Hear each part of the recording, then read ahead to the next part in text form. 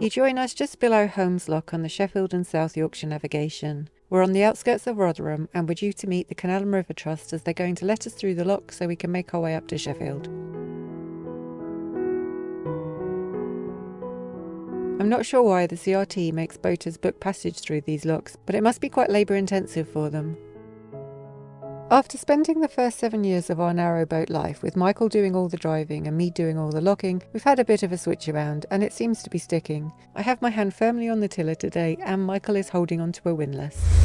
So I'm in the first lock and can't say I'm enjoying it. It's deep and wide and all the ropes are wet and noisy.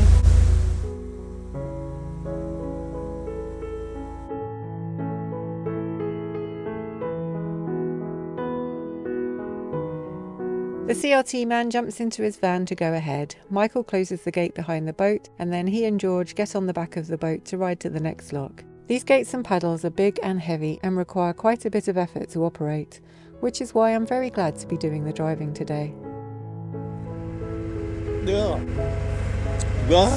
Michael just swallowed a bug. Something wanted to commit suicide. So we've done the first lock. There's another. And we can see the second lock. Can we? Oh yeah. Oh, yeah. There's 13 in total. Well, 12 more. 12 more. 11 on the flight. Something like that. Yeah. So there is apparently another boat coming down the flight. Which kind of says to me we should go really slowly so that they set all the locks. Well, there is that. But yeah, somewhere around halfway we should pass them. They're already on their way down.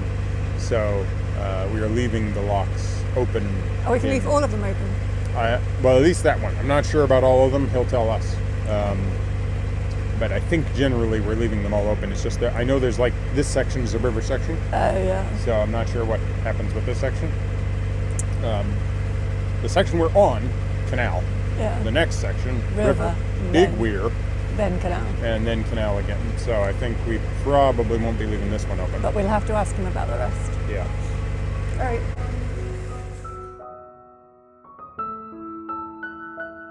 It's a really lovely feeling when you arrive at a lock and the water's already dropped and the gates are wide open. Jordan's lock is a flood lock and we're about to go back out onto the river. As the water isn't particularly high today, we're only going to be raising a few inches.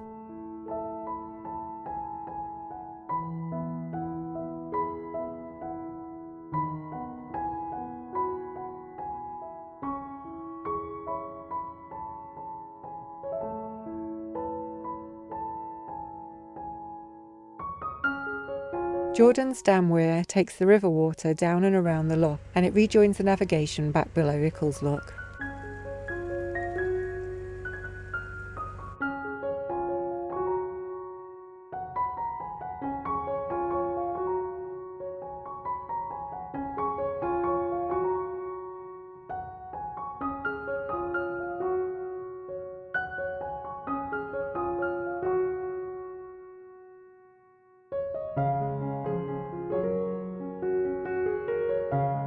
There's a surprisingly short landing at Tinsley Bottom Lock, so we decide that I should move to the bow and get off the boat there so that I can open the gate. Michael will do the driving for this one.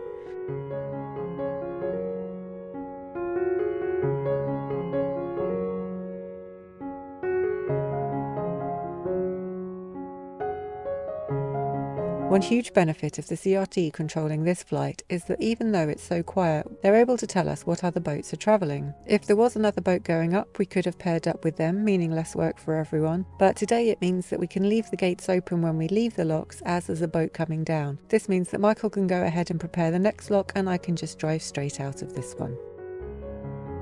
There's a lot of water in this flight. The pounds are full, and in each lock the water is pouring over the top gates and into the lock chamber below.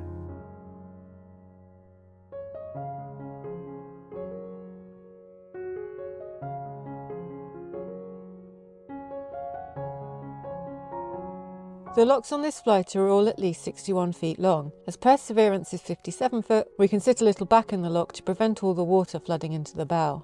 We have to be careful not to stay too far back because the platforms on the lower gates overhang the lock chamber. This means that as the water rises, we need to be careful not to get any part of the boat caught under them. We're now about to cross paths with the boat that's coming down. We say goodbye to the CRT lock keeper and we're going to get assisted by a wonderful volunteer for the rest of the way up. Thanks for the help. Oh, brilliant. Thank you so much. See ya. Thank you. In my attempt to be friendly to the other boaters, I make a slightly cringy comment about the name of their boat being appropriate. I bet they haven't heard that comment before.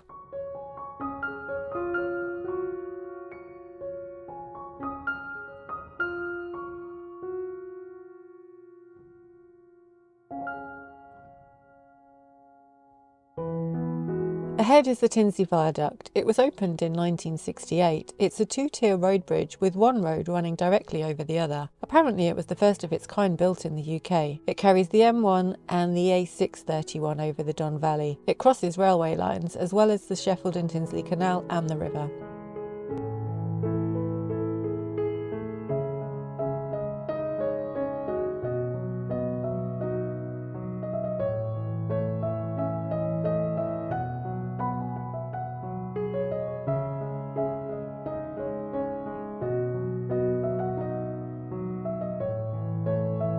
When Michael was taking the centre line, he accidentally lifted our boat hook off the roof and dropped it into the lock. Luckily, it's mostly wood and so floats, and will rise up with the water.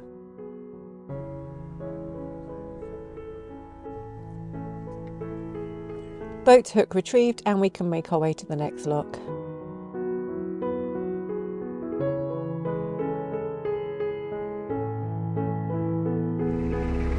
So the next lock is the very deep lock.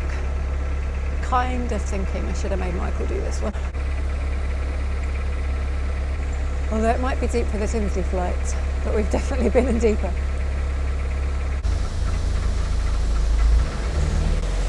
Do you want to come and get the rope? I'll never get it up there.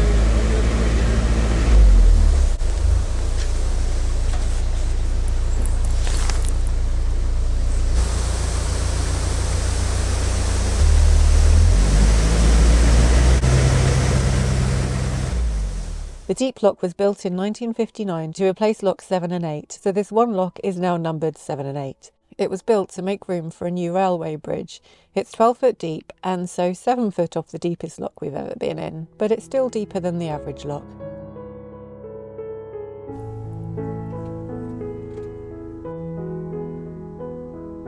The Sheffield and Tinsley Canal was known as the Sheffield Canal when it opened in 1819. It's now part of the Sheffield and South Yorkshire navigations and runs for just under 4 miles and through 11 locks from Tinsley, where the navigation leaves the River Don, to Victoria Quays in Sheffield.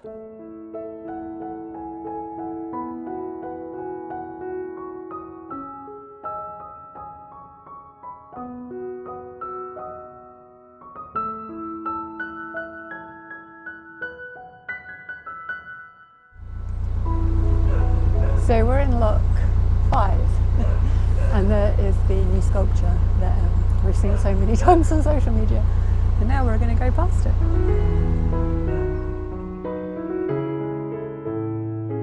The sculpture was actually only installed a few weeks ago, and it's called the Loop-to-Loop Canal Boat. It's by British sculptor Alex Chinneck. The boat is called the Industry after the first boat to navigate the canal when it opened over 200 years ago. For a city that's famous for its steel production, a steel sculpture is very fitting.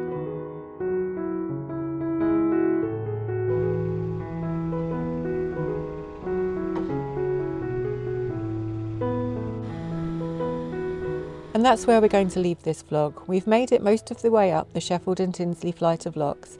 There's just 3 more to go, and then we'll have the last 2.5 miles to travel into Sheffield.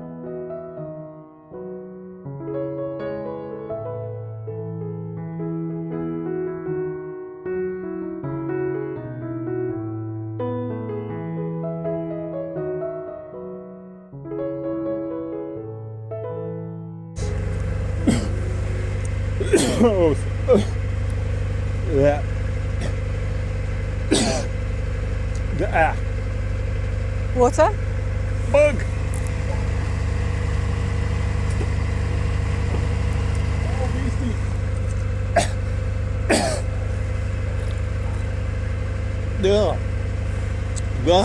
Michael just swallowed a bug.